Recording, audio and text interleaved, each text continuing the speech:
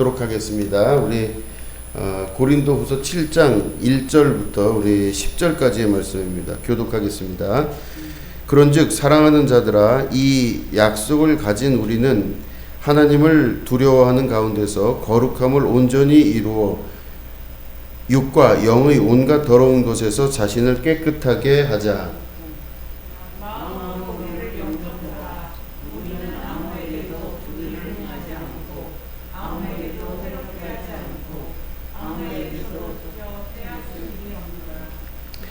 내가 이 말을 하는 것은 너희를 정죄하려고 하는 것이 아니라 내가 이전에 말하였거니와 너희가 우리 마음에 있어 함께 죽고 함께 살게 하고자 함이라.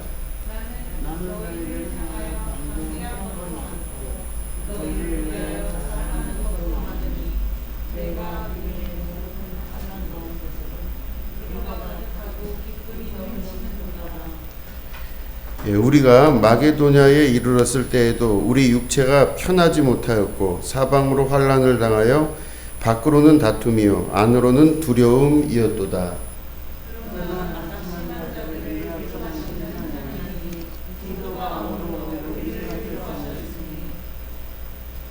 그가 온 것뿐 아니요 오직 그가 너희에게서 받은 그 위로로 위로하고 너희의 사모함과 애통함과 나를 위하여 열심 있는 것을 우리에게 보고함으로 나를 더욱 기쁘게 하였느니라.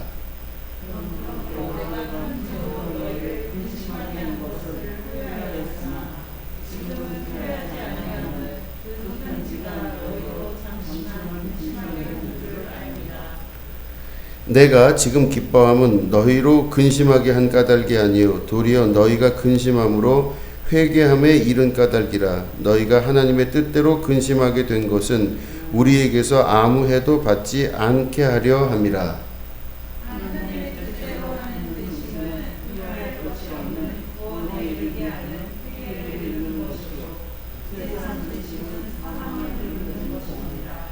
아멘. 이제 제가 목회를 이렇게 하면서 어떤 때가 제일 기쁜 날을 이렇게 돌이켜 볼 때가 가끔 있습니다. 그래서 이제 이 어떤 때가 기쁜 날을 돌이켜 보면 제일 기쁜 때가 언제냐면요. 이 성도 한 분이 마음을 돌이키고 회개해서 하나님 말씀에 따라 살려고 이렇게 노력하는 모습을 보일 때 제일 기뻐요. 얼마나 기쁜지 몰라요. 이거는 그 어떤 것보다도 정말 기쁩니다. 그러니까 왜냐하면 이제 저 같은 경우는 목사로서의 존재 이유를 찾는 거거든요. 그럼 목사란 무엇인가 하면은 이 목사라는 사람은 이제 하나님의 종임과 동시에 또 교회를 섬기고 여러분 한 분 한 분을 섬기면서 그 섬기는 목적이 도대체 뭐냐? 그러면 여러분들이 말씀에 의해 여러분들이 변화가 되고 그 변화된 거를 통해서 결단하고 그 결단한 대로 살으려고 하는 그 모습을 보이고 할 때 제일 마음이 짠하면서도 굉장히 행복하고 좋아요. 얼마나 좋은지 모릅니다.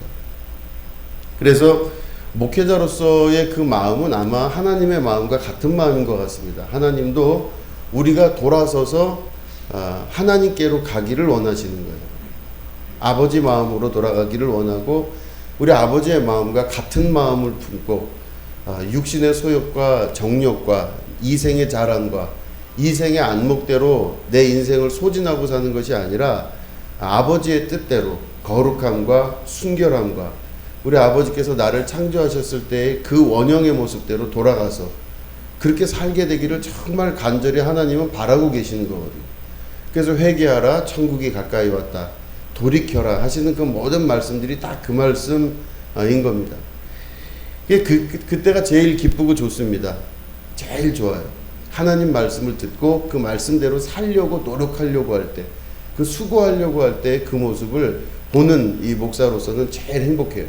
그런데 동시에 또 뭐가 느껴지냐면 내가 만약에 하나님 말씀에 1.1학이라도 더하거나 빼거나 혹은 잘못된 가르침을 가르치거나 내가 이렇게 생각해서 이 기도하면서 이렇게 성경 공부라든가 아니면은 예배 때 말씀을 준비했는데 그 말씀이 만약에 잘못된 해석이거나 잘못된 방향으로 간다 그러면 이 책임감은 이루 말로 달 수가 없죠. 제가 한 사람의 인생과 또 한 사람뿐만이 아니죠. 여러 교회의 성도들을 같이, 그러니까 장님이 앞에서 인도해서 모두 다 벼랑 끝으로 끌고 가는 것처럼 그렇게 되면은 얼마나 그 죄책감이 제가 있겠어요. 그러니까 반대적으로 보면 어떻게 그런 일이 있냐면 성도들이 마음의 결단을 하고 돌이켜서 회개해서 살려고 마음을 먹을 때는 깜짝 놀래요. 목사는 몹시 기쁜 것과 동시에 속에서부터 일어나는 책임감과 의무감이 막 이렇게 용솟음치기 시작합니다. 그래서 힘들어도 어려워도 말씀을 자꾸 보려고 하고 분석하려고 하고 하나님 뜻이 어디인가 찾으려고 하고, 내가 혹시라도 말 한마디 잘못해서 그 말 한마디로 인해서 성도들이 잘못된 길을 간다든가 다른 판단을 내린다든가 하면은 이건 얼마나 큰 그 고통이겠습니까? 그렇기 때문에 성도 한 분 한 분이 순종을 하고 말씀에 따라가고 회개하는 그 일이 있음과 동시에 그 일이 일어나고 나면 목사가 긴장이 되고 목사가 하는 그 목회의 방향과 모든 것들이 바르게 하려고 다 노력하는 일들이 벌어져요. 그런데 만약에 성도들이 전혀 변하지 않아요. 다 내 마음대로 살고 내 뜻대로 살고 목사는 혼자 말하고 여러분들은 각자 다른 삶을 살아요. 그러면요 일종의 책임감도 사라집니다. 어차피 내가 말을 해봐야, 내가 설교를 해봐야 아무런 변화도 없을 거다. 이렇게 되면 저는 이제 큰 책임이 없어져요. 그냥 어떻게든 넘기면 되겠다. 이렇게 되는 게 되겠죠. 아무튼 성도 한 사람의 돌아섬과 회개, 그리고 말씀대로 살려고 노력하는 그게 얼마나 큰 기쁨이며 또 그 목회자에게 책임을 주는 건지 알 수 없고, 또 그 기쁨과 의무와 책임은 또 하나님도 동일하게 느끼신 거라 생각이 듭니다. 그러니까 저도 하나님 앞에 마음을 돌이켜서 하나님, 제가 여기까지 왔으니 이제는 하나님 나를 도와주십시오 하고 제가 기도했을 때 우리 하나님이 느끼실 그 책임감과 그 무게는 엄청나셨을 거예요. 정진우 목사라는 저 사람 하나가 돌이켜서 자기 인생을 하나님 앞에 내려놓고 돌아서서 온다고 했을 때 하나님께서는 천군 천사와 함께 회의를 하셨을 거예요. 그래서 제가 이 인생길 가는 동안 또 목회자의 길을 걸어가는 그 동안 하나님께서 지금도 눈처럼 저를 지키시고 긴장하시면서 이때 어떻게 해야 되는지 미리 다 계획을 하시고 이 모든 목회와 인생길 가운데 오늘도 역사하시는 하나님인 걸 제가 믿고 있고 의지하고 있고 그렇게 살고 있는 것입니다. 오늘 말씀 보시면은 바울이 이제 1절부터 이제 10절까지 긴 말씀을 쭉 나눴지만 바울이 막 그 속이 막 아주 바짝 긴장했다가 그 긴장이 확 풀어지기도 하고 그런 것들을 반복적으로 이제 그 어구를 사용하는 걸 볼 수가 있습니다. 이게 내용은 어떤 내용이냐면 고린도 교회가 제가 설교에서 여러 번 말씀드렸지만 이 고린도 교회가 여러 사람들의 종류가 모여 있었어요. 헬라파 유대인도 있었고 정통 유대인도 있었고 이방인도 있었고 뭐 여러 사람들이 모여 있다 보니까 뭐가 맞냐 뭐가 맞지 않냐에 대해서 편을 나누기 시작한 겁니다. 이 사람 말이 맞다 저 사람 말이 맞다. 신앙생활은 이렇게 해야 된다 또 저렇게 해야 된다. 막 말이 많았어요. 이제 그러다 보니까 이게 맨 처음엔 말로써 논쟁 정도로 그쳤는데 나중에 보니까 이게 패거리가 되는 거예요. 누구 파냐 이렇게 그 패거리가 지어졌어요. 그런데 그 누구 파냐 하는 그 당사자들은 뭐 베드로도 그렇고 아볼로도 그렇고 뭐 이 바울도 그렇고 자기들이 무슨 파를 만든 게 아닌데 성도들 안에서 그런 파가 나눠지기 시작했어요. 그래서 서로 싸우고 분쟁이 되기 시작한 겁니다. 그럴 때 이 바울이 고린도 교회에 이제 여기 보면은 아주 그 디도의 그 제자가 디도인데 디도를 통해서 고린도 교회에 편지를 보냈는데 우리가 읽는 고린도전서 그 내용이 아니에요. 그거는 발견되지가 않았습니다. 아마 보낸 걸로만 추정이 되지 발견되지 않은 이제 그 내용인데 거기는 아주 신랄하게 고린도 교회에 있는 내용들을 아주 자세하게 분석하면서 싫은 소리를 막 잔뜩 써놓은 겁니다. 이 바울이. 그래서 누구야 신앙생활은 그렇게 하는 것이 아니고 회개하고 좀 돌이켜야 된다. 누구는 이렇게 해야 되고 누구는 이렇게 해야 되고 이름을 거명하면서까지 아주 아프게끔 채찍질을 하는 그 편지를 보낸 거예요. 그래서 이제 바울이 그를 이렇게 해서 서신을 이제 제자 디도를 통해서 보냈는데 바울의 마음이 좋았을까요? 안 좋았을까요? 안 좋았어요. 이렇게까지 해야 되나? 근데 나중에 들리는 소문을 들어보니까 무슨 소문까지 들리냐면 바울을 반대하는 이제 다른 쪽에 있는 그 고린도 교회 다른 쪽에 있는 사람들 중에 이 바울을 반대하는 사람들이 있었는데 이 사람들이 소문을 낸 겁니다. 바울이 사기를 지금 치고 있는 거다. 바울이 어떤 목적이 있어가지고 이 사람들을 모아다가 이렇게 구렁텅이에 빠뜨리게 하고 자기는 나머지 것들로 이익을 얻으려고 한다. 또 우리를 해코자 하려고 하는 뜻이 있는 것 같더라. 바울 사도가 그 전에 교회에 들렸을 때 보니까 눈빛이 이상하더라. 예를 들어서 이 사람 보니까 굉장히 나쁜 사람이었다. 그 사람은 그리스도의 뜻을 우리 예수님의 뜻을 올바로 전한 게 아니라 다 자기 생각만 얘기했더라. 뭐 여러 가지 그런 얘기들을 막 퍼뜨리기 시작하니까 나중에 들려오는 소문을 바울이 들었을 때 속이 엄청 상한 거예요. 자기가 쓴 편지는 굉장히 강하게 썼는데 이렇게 하는 게 아니고 이렇게 하는 게 아니고 아주 정확하게 썼는데 들려오는 소문을 들어보니까 이 바울이 천하의 나쁜 인간이 된 거예요. 그러니까 바울이 속이 막 너무 상한 겁니다. 너무 속이 상해서 고통을 받고 있었어요. 그러다가 이제 디도를 통해서 다시 그 강력한 편지를 다시 또 보냅니다. 그러면서 아마 바울의 마음에는 그런 마음이었을 거예요. 내가 여기서 뭐 얻을 게 있겠냐. 그냥 죽는 자의 심정으로 예수님 죽으셨을 때 나도 죽었다고 믿었으니 내가 고린도 교회에 할 말은 해야 되겠다고 해서 디도를 통해서 다시 보냅니다. 그러니까 디도가 갔어요. 갔는데 그 디도가 그 편지를 들고 가는 순간 이 바울의 마음이 콩닥콩닥한 겁니다. 왜냐하면 내가 그렇게까지 편지를 썼는데 그 편지를 받은 사람의 입장에서 생각을 해보면 무척 속이 상했겠다. 그러니까 상처를 입을 수도 있겠구나.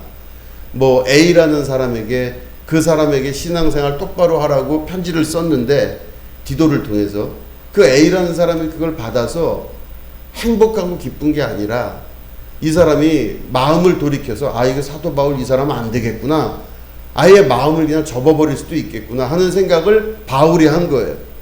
그러니까 바울이 그 편지를 보내고 나서 찝찝하고 너무 괴롭고 도대체 내가 왜 이 편지를 썼을까부터 시작해서 막 괴로운 마음을 갖고 있는 그때에 이제 디도가 편지를 줬던 디도가 돌아온 거예요. 그러니까 저쪽에서부터 디도가 오는 장면을 아마 바울이 봤겠죠. 그리고 그 디도가 문을 열고 들어왔을 때 선생님 저 고린도 교회 갔다 왔습니다. 그 편지는 전해줬고 편지 다 전해줬습니다. 그럴 때 이 바울의 마음은 심장이 콩닥콩닥 뛰는 거예요. 이 사람들이 완전히 분해되고 해체가 돼서 나를 멀리하고 이제는 다 떠나보내고 예수님도 안 믿고 교회는 풍비박산이 날 수도 있지 않았겠나 아마 상상했을 수도 있겠죠. 그런데 디도에게 그 이야기를 해보라 했더니 디도가 하는 말이 고린도 교회 성도들이 그 편지를 받고 맨 처음에 굉장히 힘들어하고 가슴 아파하고 그리고 막 화도 나고 여러 가지 일을 이렇게 경험을 했는데 시간이 흐른 다음에 이 사람들이 점점 안정을 찾으면서 자기들끼리 모여 기도하다가 마음으로 결단하고 돌이켜서 이제는 내가 정말로 맞는 말씀대로 그리스도의 말씀대로 신앙생활을 하겠습니다라고 디도 앞에서 고백하고 또 고백하고 그렇게 살기로 결심했습니다라고 바울에게 이제 보고를 한 거예요. 아마 사도 바울이 성경에 나오지 않았지만 이 오늘 읽은 본문 말씀의 이 뉘앙스로 봐서는 아마 울었을 것 같아요. 막 대성통곡을 하고 울었을 겁니다. 너무 기쁘기도 하고 너무 감사하기도 하고 그 사람들이 돌이켜서 믿음의 결단을 하고 그 길을 걸어가겠다고 하는 그것이 얼마나 큰 기쁨이고 사랑인지 이거를 바울이 아마 경험했을 거예요. 그런 다음에 그 많은 경험을 하고 나서 고린도 교회가 이제는 돌아섰다라고 하는 이야기를 듣고 쓴 편지 중에 오늘 읽은 본문 말씀이 그 내용인 겁니다. 내가 했던 말, 이 편지들을 듣고 너희들이 얼마나 힘들고 어려웠겠냐만 그래도 돌아선 거에 대해서 감사한다, 그런 내용이 들어가 있어요. 그래서 우리 이제 다시 한번 보시면 이 내용을 듣고 이제 본문을 다시 읽어보시면 이제 또 내용이 좀 다르게 보이실 겁니다. 제가 이제 다 읽겠습니다.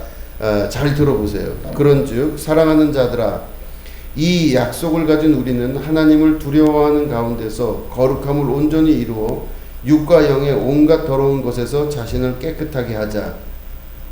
마음으로 우리를 영접하라. 우리는 아무에게도 불의를 행하지 않고 아무에게도 해롭게 하지 않고 아무에게서도 속여 빼앗은 일이 없노라. 그러니까 아마 거기서 소문난 것 때문에, 그죠? 바울에 대해서 반대하는 측에서 소문을 낸 것 때문에 이런 얘기들을 했었나 봐요. 바울이 사람을 속여서 뭔가를 뺏으려고 하고 또 누구를 해코지해서 해롭게도 하려고 하고, 아마 이런 내용들이 돌았는데 나는 그렇지 않고 우리들은 그렇지 않다, 이거를 지금 이야기를 하는 겁니다. 그리고 3절에 뭐라고 되어 있냐면, 내가 이 말을 하는 것은 너희를 정죄하려고 하는 것이 아니라 내가 이전에 말하였거니와 너희가 우리 마음에 있어 함께 죽고 함께 살고자 함이라, 이렇게 됐습니다. 그러니까 내가 이전에 말하였거니와, 이게 바로 디도에게 써서 보낸 그 편지입니다. 내가 이전에 말하지 않았냐. 그 힘들게 그걸 쓴 이유는 내가 함께 죽고 함께 살려고 하기 위해서 그 편지를 썼다, 이런 겁니다. 4절에 보면, 나는 너희를 향하여 담대한 것도 많고 너희를 위하여 자랑하는 것도 많으니 내가 우리의 모든 환난 가운데서도 위로가 가득하고 기쁨이 넘치는도다. 그러니까 고린도 교회를 향한 그 사랑과 이 뿌듯함과 또 자랑할 것이 많은 마음이 바울 마음 안에 있었던 거예요.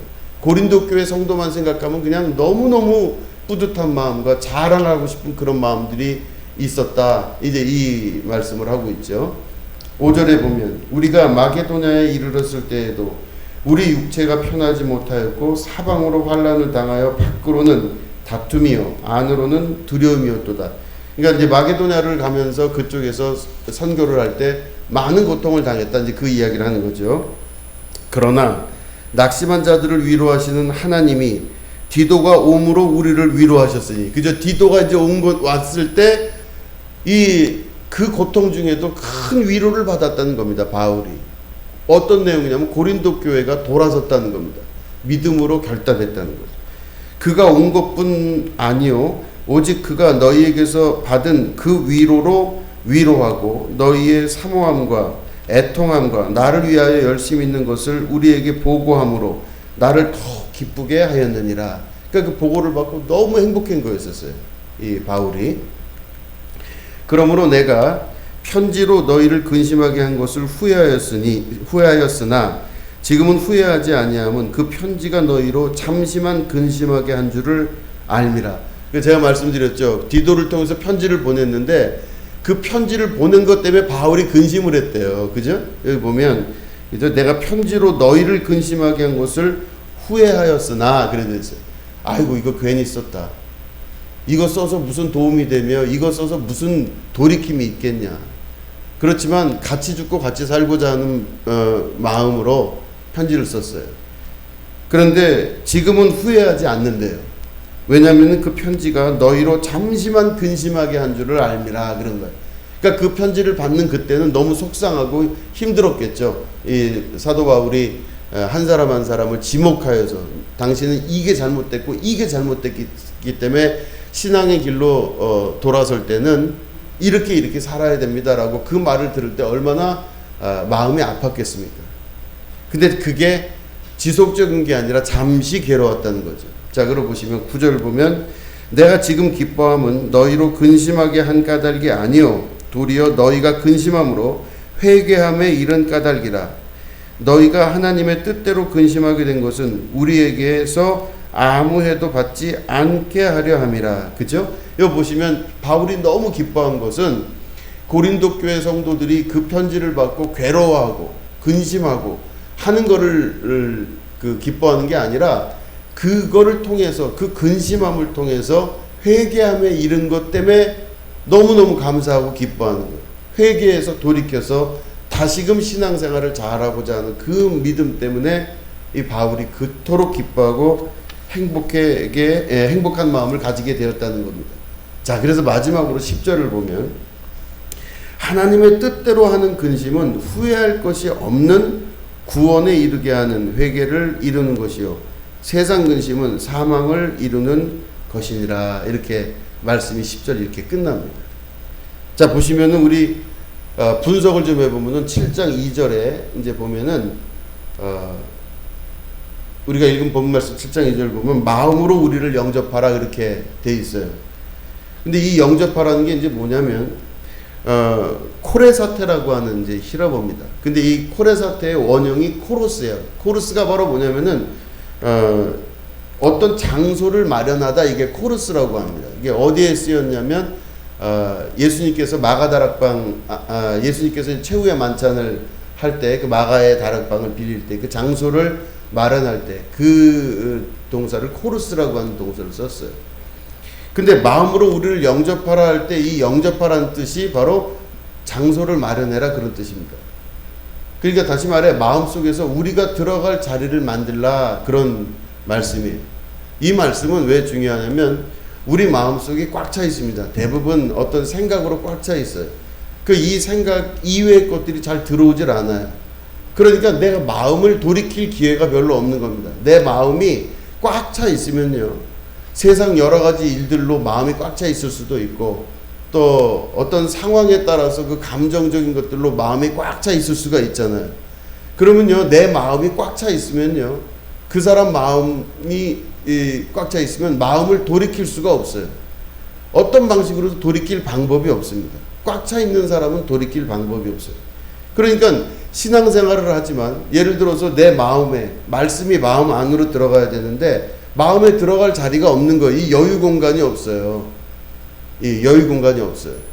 그러니까 결국엔 어떻게 되냐면 말씀이 귀로 들어왔는데 귀로 그냥 나가게 됩니다.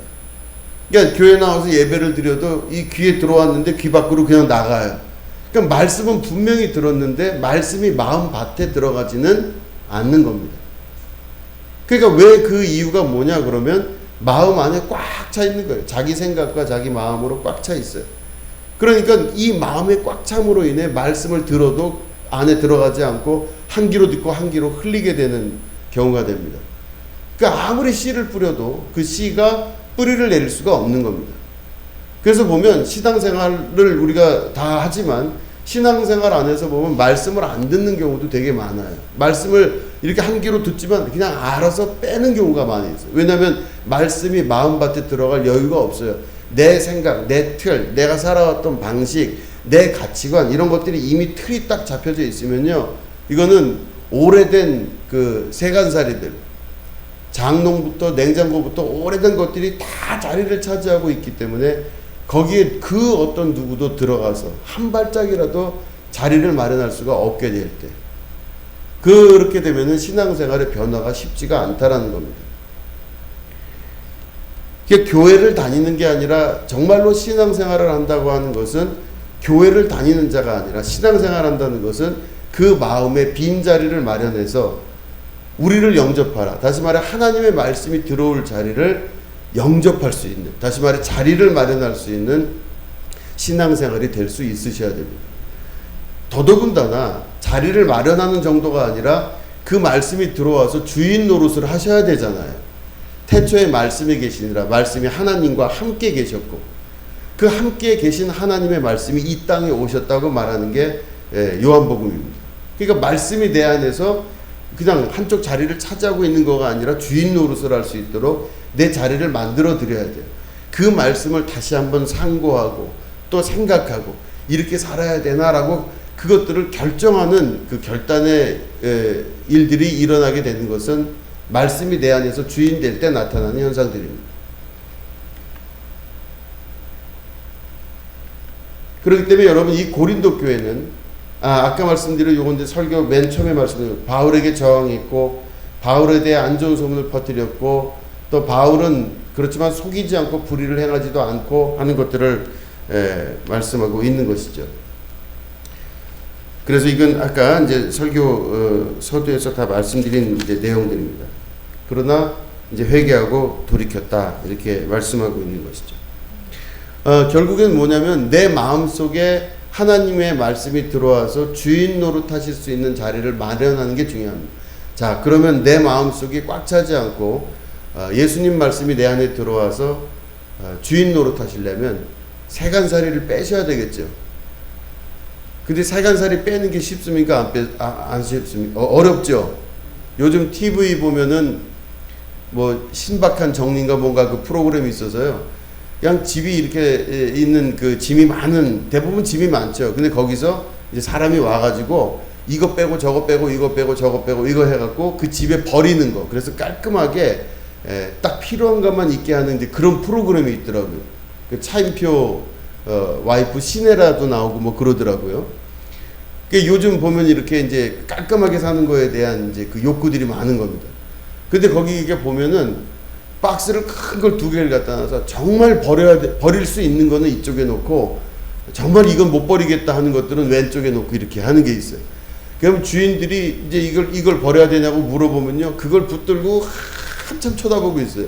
이건 어떤 때 뭐 했던 건데, 어떤 때 어떤 건데 하면서, 아이고, 이 그릇은 이게, 누구가 그 전에 왔을 때 선물로 준 건데, 그럼 이제 이 사람이 물어봐요. 아, 이 그릇, 이거 쓴 적 있냐고. 아, 한 번도 쓴 적이 없다고. 그럼 버리라고. 그런 거예요. 최근 1년 사이에 쓴 적이 없는 것들은 버리래요. 그냥 근데 그걸 버리려는데 아까워서 못 버리는 거예요. 그러니까 옷도 그렇죠. 옷도 1년, 2년 동안 안 입은 옷들이 잔뜩 있는데, 이거 이 옷 버리겠다고 그러면은 막 그걸 다시 입어보고 또 입을까 말까 그냥 고민하다가 말다가 이제 할 수 없이 버리고, 어떤 거는 절대 안 된다고 그러고 요쪽에 놓고 그래요. 이게 요즘 프로그램들이에요.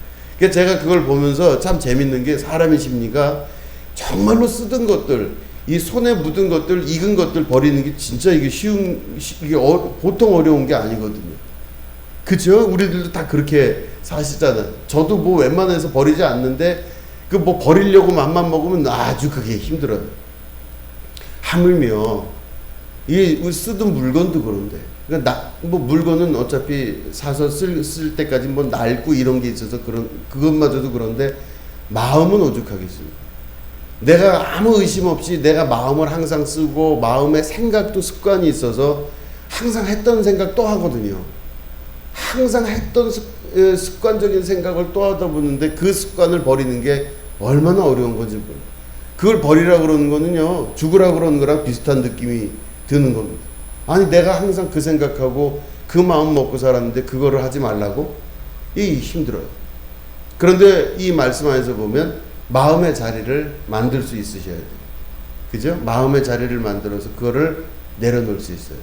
그러니까 고린도 교회 사람들도 아마 자기들끼리 습관적으로 계속 신앙생활 하면서 살아왔던 패턴과 그 모양대로 이거를 변화시키기가 어려웠던 것 같아요. 근데 바울이 독하게 마음을 먹고 쓴 편지를 받고, 그 편지로 가슴 아파하고 괴로워하니 근심하고 나서 이 사람들이 바울을 버린 것이 아니라, 또 하나님 말씀 버린 게 아니라 자기들 마음 안에 있는 마음의 생각들을 버린 거예요. 아, 이걸 버려야 되겠구나. 그리고 나서 마음이 빈 자리가 있을 때 그 안에 하나님 말씀이 들어와서 하나님 말씀을 영접해서 그 하나님 말씀이 내 안에서 주인 되니, 이제는 내 인생이 내 것이 아니요 내 주인 되시는 하나님의 인생으로 인생이 변화되고 바뀌게 된 걸 경험하게 된 것입니다. 근심이 오히려 도움이 되겠죠. 그래서 보시면 고린도 후서 우리 7장 10절 맨 마지막에 읽었죠. 하나님의 뜻대로 하는 근심은 후회할 것이 없는 구원에 이르게 하는 회개를 이루는 것이요 세상 근심은 사망을 이루는 것이니라. 그죠? 하나님의 뜻대로 하는 근심은 후회할 것이 없는 구원에 이르게 하는 회개를 이루는 것이래. 그러니까 다시 말해, 우리가 어떤 일에 있어서 근심을 하게 될 때 그 근심이 하나님의 뜻에 따라 하는 근심은요, 여러분들을 생명에 이르게 하고 여러분들을 기쁨의 자리로 초대하고 여러분들에게 그걸 버렸을 때 더 큰 것으로 주시는 은혜를 경험하게 되는 것입니다.